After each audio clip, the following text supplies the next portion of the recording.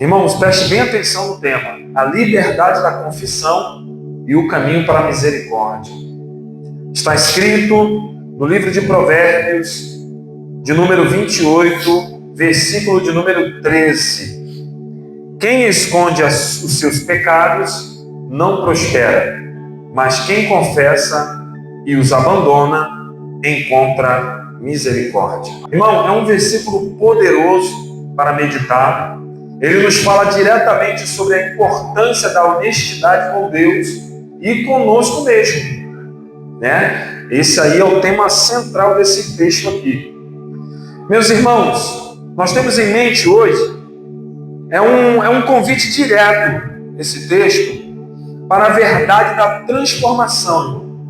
Quem esconde os seus pecados não prospera, mas quem os confessa e os abandona encontra misericórdia. Essa mensagem, essa passagem, nos revela um princípio fundamental da vida espiritual: a prática. Esconder nossas falhas nos aprisiona, enquanto a confissão e o abandono nos libertam e nos aproximam da graça de Deus. Então, nós vamos explorar esse texto em 3 tópicos. O primeiro tópico: o preço do pecado oculto e a falta de prosperidade. O segundo tópico: o poder libertador da confissão. E o terceiro tópico: o passo essencial do abandono e a chave para a misericórdia contínua. Então, irmãos, é um texto que nos traz riquezas de aprendizado. Irmão, eu amo a palavra de Deus e amo o que ela pode me ensinar. Então nós vamos entrar aqui no primeiro tópico, sem delongas, que está escrito: o preço do pecado oculto e a falta de prosperidade. Coloca para mim aí, por gentileza, Salmos 32, verso 3 a 5. Está escrito: enquanto eu me calei, os meus ossos definharam com os meus gemidos o dia todo. Pois dia e noite a tua mão pesava sobre mim e as minhas forças foram se esgotando como na seca do verão. Então reconheci diante de ti o meu pecado e não encobri a minha iniquidade. E eu disse: confessarei as minhas transgressões ao Senhor, e tu perdoaste a iniquidade do meu pecado.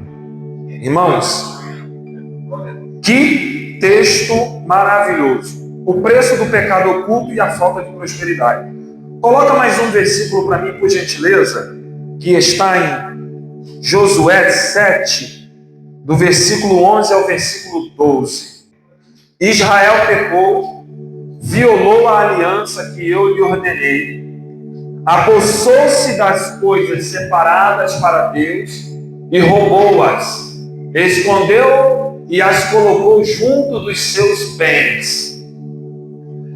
Por isso, os israelitas não conseguem resistir aos inimigos, fogem deles, porque se tornaram sujeitos à destruição. Não estarei mais com vocês, se não eliminarem do meio de vocês os objetos consagrados. Isso aqui é o contexto do pecado de Acã, tá, meus irmãos? Então nós vamos entender aqui que o preço do pecado oculto, ela traz uma falta de prosperidade.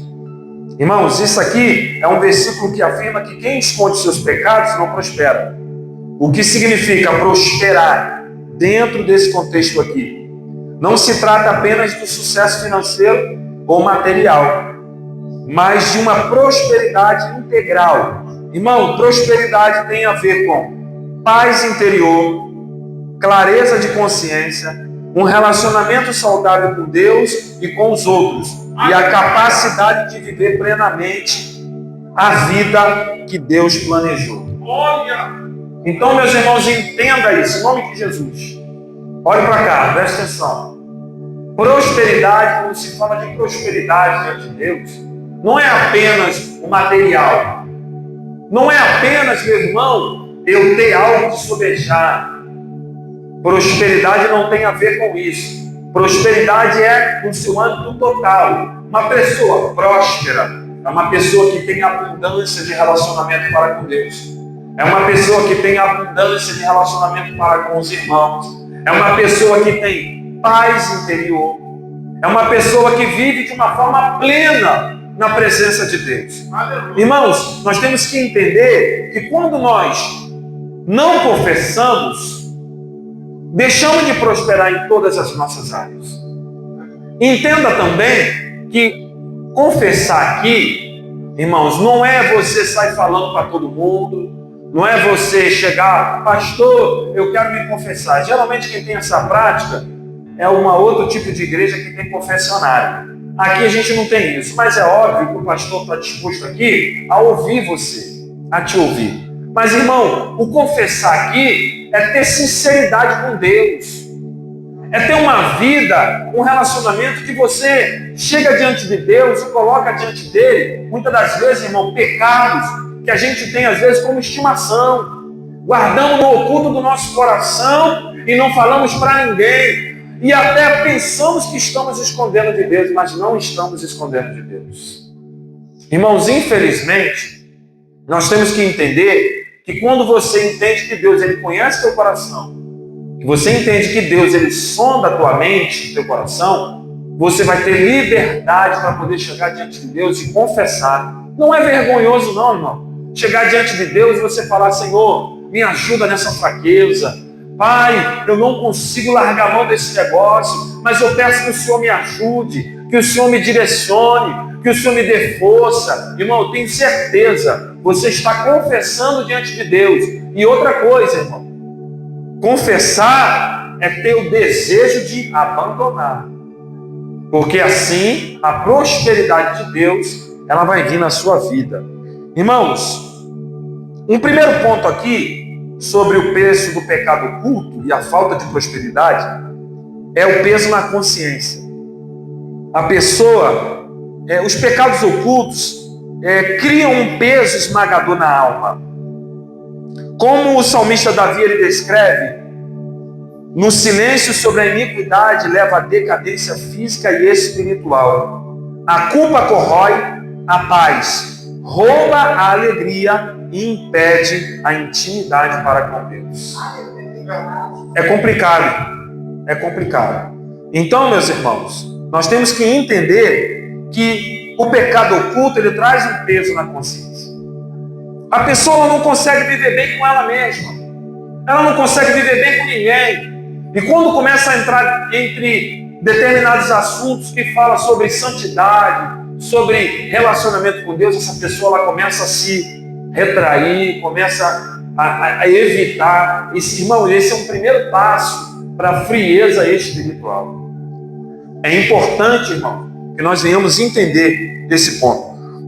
O segundo ponto aqui é a barreira na comunhão. A barreira na comunhão. Irmão, esconder pecados cria uma barreira invisível entre nós e Deus. Ele é a luz e em sua luz não há trevas.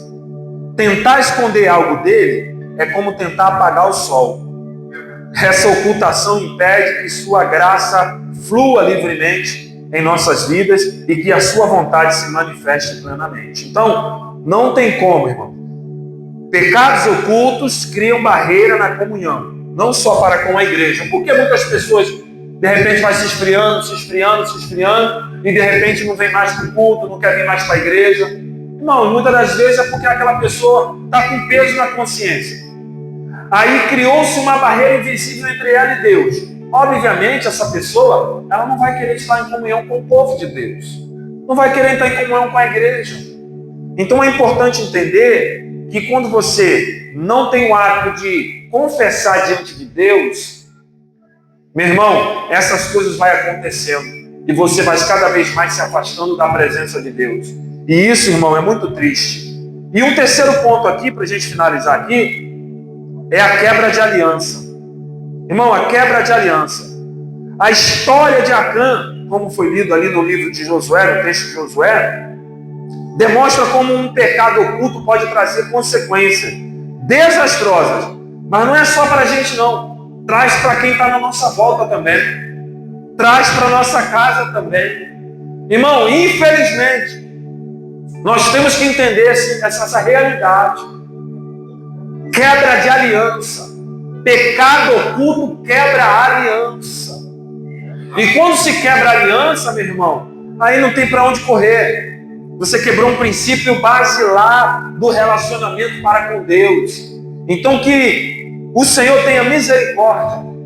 E que nós venhamos entender que confessar para Deus os nossos pecados e deixar e abandonar nos traz, irmão, vitalidade espiritual. Aleluia! Nos traz aliança para com Deus. Nos mantém fortes na sua presença. É importante entendermos isso. Você tem sentido um peso incomum na sua vida? Uma falta de paz ou clareza? Talvez seja hora de examinar seu coração e ver se há algo que você está escondendo de Deus. A prosperidade que buscamos começa com a honestidade diante do Senhor. Aleluia! Não tem como se relacionar com Deus sem honestidade. É a mesma coisa que na consciência. Você na sua consciência, não tem como você ser falso com você mesmo. Tem como você ser falso aqui? Tem como você se enganar? Se você sabe o que passa aqui dentro? É a mesma coisa com Deus. A palavra diz que Deus é um dos atributos de Deus, inegociável de Deus. Deus é onisciente. Deus é onisciente. E não tem para onde correr.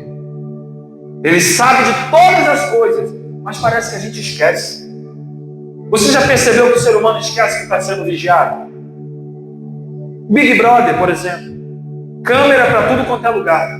E as pessoas começam a cometer erros desastrosos. Por quê? Com o tempo, eles começam a esquecer que estão sendo filmados, que o mundo inteiro está vendo eles. Se dentro de um Big Brother da vida, as pessoas cometem erros desastrosos diante das pessoas, porque esquecem, imagina diante de Deus. A câmera do céu não para de filmar. É 24 horas por dia. O céu não dorme.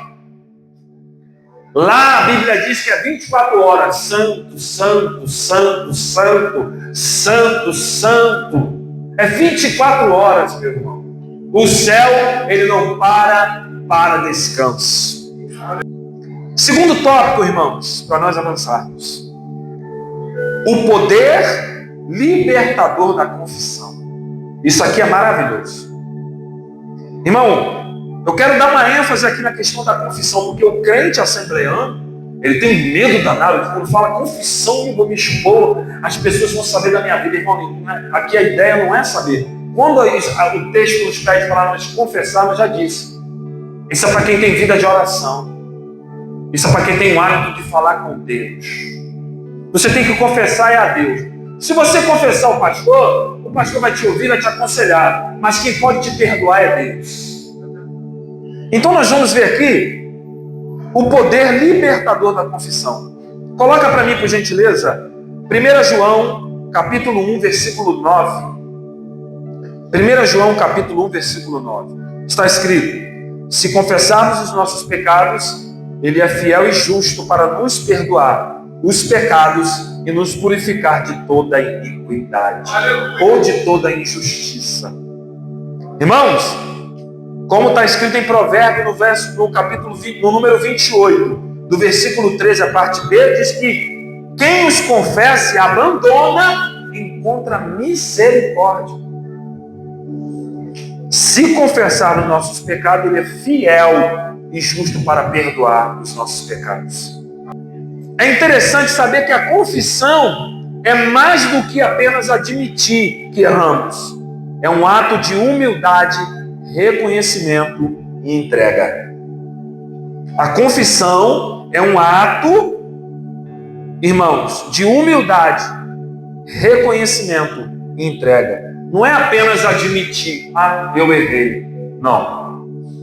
Confessar, tem que ter humildade para confessar.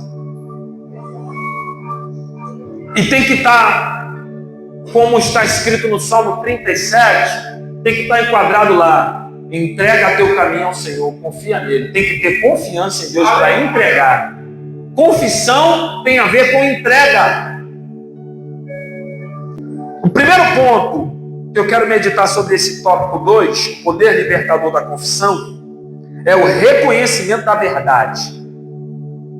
Confessar é trazer à luz o que estava escondido. É reconhecer perante Deus que falhamos, que desobedecemos e que precisamos de sua ajuda. É um ato de humildade que abre portas para a graça. Então, irmão, é um reconhecimento da verdade. Nós temos que ter o hábito de confessar. Temos que entender isso e confessar para quem? Para Deus. Falar com Deus abertamente: Senhor, errei. Faz como Davi. Davi pecou, Davi errou muito. Davi tinha a mão suja de sangue, mas a Bíblia diz que ele dobrava o joelho diante do Senhor e confessava: Senhor, pequei, somente pequei contra ti, diante do Senhor pequei. E um homem chamado segundo o coração de Deus, mas era alguém que confessava. Sabe o que eu acho interessante acerca de Davi? Que Davi confessava, Davi pecava, mas Davi nunca cometia o mesmo erro. Pode verificar na história de Davi, nunca cometeu o mesmo erro. Irmãos, o poder libertador da confissão é maravilhoso quando nós temos essa liberdade de reconhecer a verdade. O segundo ponto nesse tópico é a fidelidade de Deus. Olha que coisa linda nesse texto que nós lemos em 1 João 1,9. É poderosa. Ele é fiel e justo para perdoar. Aleluia! Ou seja, Deus não é alguém que espera que sejamos perfeitos para nos perdoar. A sua fidelidade é justa e garante que quando confessamos com um coração sincero, Ele nos perdoa. Ele não apenas apaga a culpa, mas também nos purifica. Aleluia! Deus é fiel. Deus é fiel. Quando você confessa a Ele, Ele é fiel. Ele te purifica, Ele apaga as tuas transgressões. Ele diz o quê? Lançarei no mar do esquecimento e dele não me lembrarei mais. O que aconteceu conosco, irmão? Que o tempo se passou e nós começamos a ocultar as coisas. Começamos a viver uma vida de carregamento de bagagem. Tem pessoas na presença de Deus que está caminhando, irmãos, e carregando um fardo muito pesado, sendo que Ele é fiel para te perdoar, Ele é fiel para receber a tua confissão e apagar e lançar no mar do esquecimento as suas transgressões. Louvado seja o nome do Senhor. Que nós, irmãos, entendamos que Deus, Ele é fiel. O terceiro ponto aqui nesse segundo tópico, a abertura para a misericórdia. Olha que coisa maravilhosa. A misericórdia de Deus é vasta e está disponível para aqueles que buscam através da confissão. É um ato de fé que nos permite experimentar o perdão divino e restauração do nosso relacionamento com Ele. Porque o ato de não confessar quebra a aliança, impede o relacionamento. Mas o ato de confessar restaura o relacionamento e abre um caminho para a misericórdia. Irmão, eu vou ser sincero, não tenha medo de confessar seus pecados a Deus. Ele conhece o seu coração e está pronto para perdoar. A confissão não é um sinal de fraqueza. Isso aqui é que muitos se afundam, porque acham que confessar você está dando um sinal de ser fraco. Mas é um sinal de força, de um coração que anseia por estar em sintonia com Deus. Quem tem o hábito de confessar não é uma pessoa fraca, é uma pessoa forte, é uma pessoa que tem um coração que tem o desejo de estar em sintonia com Deus, de andar diante de Deus com correção, de estar diante de Deus com fidelidade. O coração que está aberto a confessar, irmão, ele vai estar sempre com um relacionamento diante de Deus. Aleluia! Porque aquele que confessa e deixa, alcança a misericórdia. não é um sinal de fraqueza. Se tem algo que está te enfraquecendo, está te impedindo de se relacionar de forma plena com Deus, você está no modo automático, veio para a casa de Deus no modo automático, já não sente mais a presença de Deus porque tem coisas ocultas. Vou te dar um conselho: receba essa palavra que está em Provérbios 28, versículo 13. Aquele que confessa e deixa alcança a misericórdia. Confesse ao Senhor. Quando você chegar no teu lar, abre a porta, dobra teu joelho, fecha a porta atrás de você e peça a Ele, confessa a Ele e deixe, porque Ele vai te abençoar. Ele vai restaurar a tua vida de comunhão com Ele e você vai usufruir da presença de Deus. Terceiro tópico: o passo essencial do abandono. A chave para a misericórdia contínua. Nós vamos dar um ênfase agora no abandono. Aquele que confessa e abandona. Quem confessa e abandona encontra misericórdia. Coloca para mim, por gentileza, Romanos capítulo 6, versículo de número 12 e o versículo 13. Portanto, não permitam que o pecado reine no corpo mortal de vocês, levando-os a obedecer aos desejos malignos dele. Não ofereçam os membros do corpo de vocês como instrumentos de injustiça para o pecado. Antes, obedeçam-se a Deus como quem saiu da morte para a vida, e ofereçam os membros do corpo de vocês como um instrumento de justiça para Deus. Olha que coisa fantástica esse texto. O que faz divisão entre o homem e Deus é o pecado. Então, quando o autor de Romanos diz que não devemos não deixar o pecado usar nossos membros, nosso corpo, como instrumento de iniquidade, é porque, irmãos, a nossa natureza, ela está sujeita a isso, ela gosta disso, ela quer isso. Mas quando nós santificamos a nossa vida, nosso pensamento, nossa mente, nosso coração, o pecado não tem força na nossa vida. Aleluia. É onde a santidade reina. É onde nós conseguimos nos aproximar do trono da graça de Deus. Oh, glória! Confessar é o primeiro passo. Mas o versículo ele é bem claro. É preciso confessar e abandonar.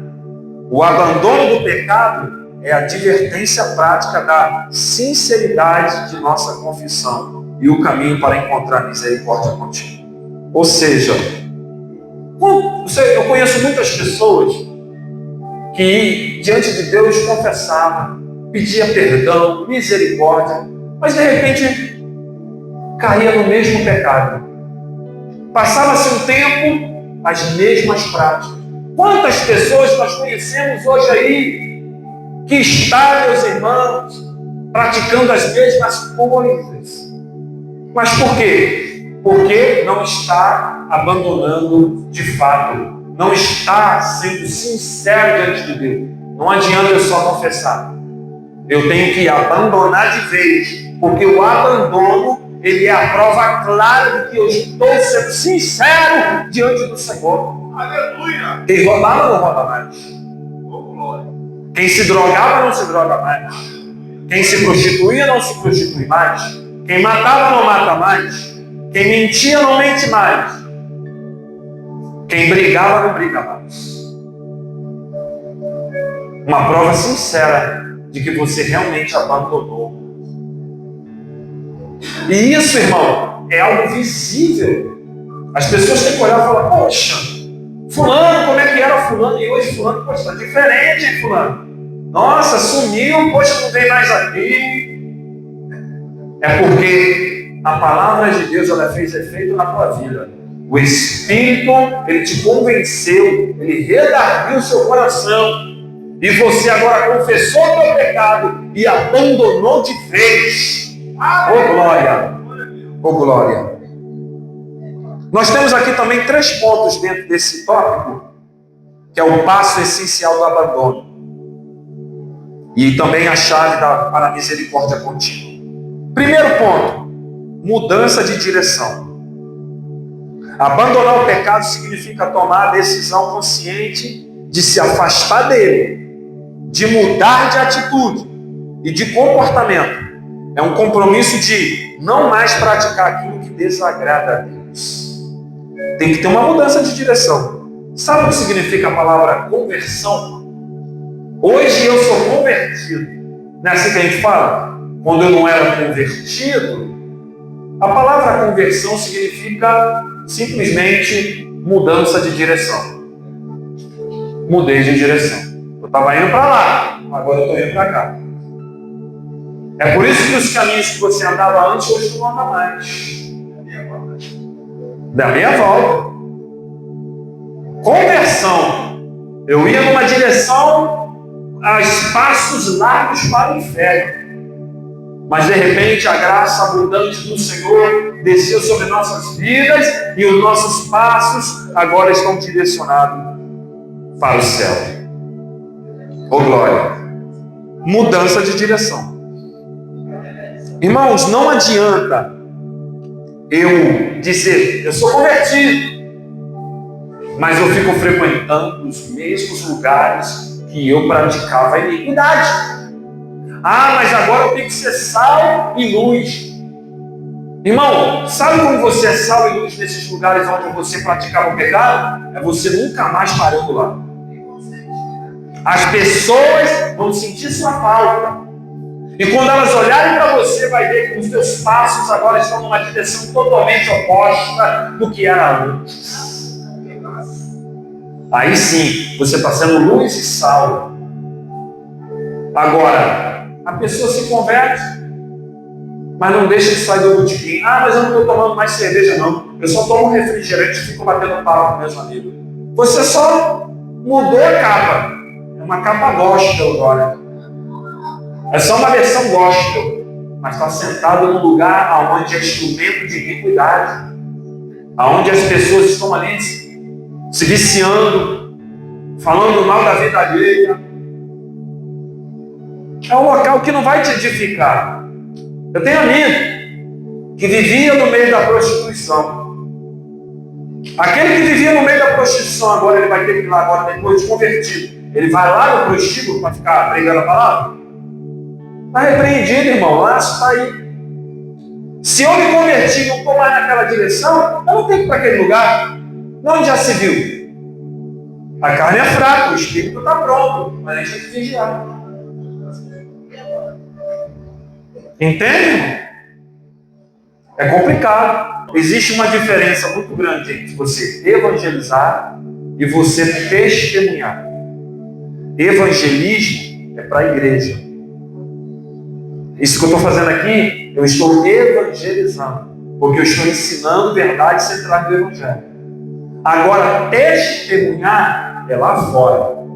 Os apóstolos foram chamados e foram cheios do Espírito para testemunhar. E a testemunhar é totalmente diferente de evangelizar. Mas sabe o que a igreja faz durante muitos anos? Ela inverteu isso. Ela evangeliza o mundo e testemunha dentro da igreja. E muitas das vezes o testemunho interno não é tão bom assim. Tem que ser o contrário. Eu tenho que evangelizar a igreja e testemunhar o mundo. Porque o mundo vai olhar para você e você vai estar pronto com o testemunho. Testemunho, eu disse o que é testemunho? É qualidade de vida. Testemunho, irmão, as pessoas vão olhar para você e ver você como exemplo. As pessoas estão te vendo. Hebreus capítulo 12 fala, nós somos cercados por uma grande nuvem de testemunha. Então, o mundo se ganha com testemunha. Agora, quando abre a oportunidade, fale das verdades centrais do Evangelho. Mas que fale com testemunho. Então, irmão, mudança de direção. Segundo ponto, sobre o passo essencial do abandono. Dependência do Espírito Santo. A gente já vai finalizar. Irmão, esse abandono não é algo que fazemos com nossas próprias forças. É o Espírito Santo que nos capacita a mortificar as obras do corpo e a viver em novidade de vida. Apresentar os nossos membros como instrumento de justiça a Deus, permitindo que Ele nos use para os seus propósitos. É com a minha força? Não, não é. É com a minha capacidade? Não, não é. É o Espírito Santo que te fortalece, te capacita para você testemunhar, para você evangelizar, para você pregar, para você, meu irmão, confessar diante do Senhor e abandonar o pecado. Porque o maior milagre realizado na vida do ser humano, sabe qual é? Não é a chave da casa própria, não é o carro do ano, não é a conta bancária gorda. O maior milagre que Deus faz na vida de um crente é libertar ele do poder do pecado. Aleluia! Porque, irmãos, quando a Bíblia diz que quem pratica o pecado é escravo do pecado, e escravo tem vontade própria. Então quem manda no pecador? O pecado. Mas aí o Espírito Santo vem, te liberta. Aí o pecado não tem mais força e influência sobre você. Aí você tem a capacidade de dizer: não quero não. Está repreendido em nome de Jesus. Para trás de mim, Satanás. Esse é o maior milagre na vida do crente. Libertar do poder do pecado, do poder dos vícios, do poder da imoralidade, da influência maligna, da iniquidade. Aleluia! É o maior milagre que Deus pode realizar na vida do ser humano. Então, irmão, dependência do Espírito Santo. Temos que aprender a ouvir a voz do Espírito. Temos que deixar Ele gerar em nós essa mudança. Nicodemos vai perguntar: como pode eu voltar para o ventre da minha mãe, sendo já velho? Esse novo nascimento não tem a ver com a capacidade humana, ou glória. Esse novo nascimento não tem a ver com o meu intelecto, não tem a ver com aquilo que eu possa fazer, não tem a ver com os dons que Deus me deu, não tem. Esse novo nascimento é a dependência do Espírito Santo que transforma a minha vida, que renova o meu interior e me mostra que eu sou filho de Deus. E o terceiro ponto para a gente finalizar: a misericórdia renovada. Irmãos, a misericórdia que encontramos, ao confessar e abandonar, não é um perdão único, mas uma fonte contínua. Ao nos esforçarmos para viver em obediência, experimentamos a misericórdia de Deus em nossas lutas diárias e em nossas recaídas e em nosso caminhar com Ele. Porque confessar e abandonar não significa que você não vai ter recaída, mas é entender que a misericórdia é contínua. Ela está lá.